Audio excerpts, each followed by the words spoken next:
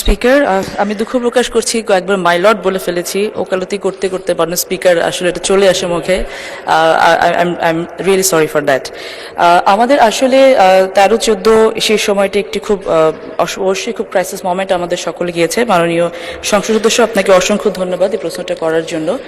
আমরা যেই এখন সেফটি নেট আমাদের প্রোগ্রামসগুলো চালু রয়েছে, এগুলো আমরা এই মুহূর্তে যেটা করছি ডিস্ট্রিবিউশন লেভেলে গিয়ে আমরা বিভিন্ন সময় দেখেছি অনেক ধরনের আমাদের কমপ্লেইন সামনে এসেছে যে অনেক সময় ডিস্ট্রিবিউশনটা ঠিকমতো হয় না, হলেও আবার সেখান থেকে বেনিফিশিয়ারি এন্ড থেকে অনেক ধরনের ক্লেম করা হয়, টাকা চাওয়া হয়, যেটা অবশ্যই একটি অনেক বড় দুর্নীতির একটা অংশ।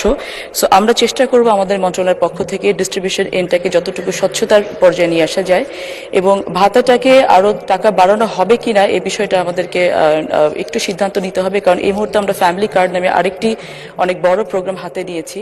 আমরা হয়তো ক্রমান্বয়ে চেষ্টা করব যে একটি ইন্টিগ্রেটেড সিস্টেমের মাধ্যমে আমরা সমস্ত ভাতাভোগী যারা আছেন তাদেরকে একটি কার্ড একটি পরিবারের আওতায় আনার জন্য, এবং সম্মিলিতভাবে, যেহেতু আমরা অত্যন্ত ভঙ্গুর একটি অর্থনৈতিক অবস্থায় বিরাজ করছি এবং সেখান থেকে আমাদের দেশকে যেমন উঠে দাঁড় করাতে হবে, ঠিক একইভাবে আমাদেরকে চেষ্টা করতে হবে যে বেনিফিশিয়ারি এন্ড থেকে সকলে যেন উপকৃত হন। তো একটি সম্মিলিত কাঠামোর মধ্য দিয়ে আমরা চেষ্টা করব যে এই সেফটি নেট সিকিউরিটি যারা পাচ্ছেন তাদেরকে একটি ভালো জায়গায় নিয়ে যাওয়ার জন্য। অসংখ্য ধন্যবাদ মাননীয় স্পিকার।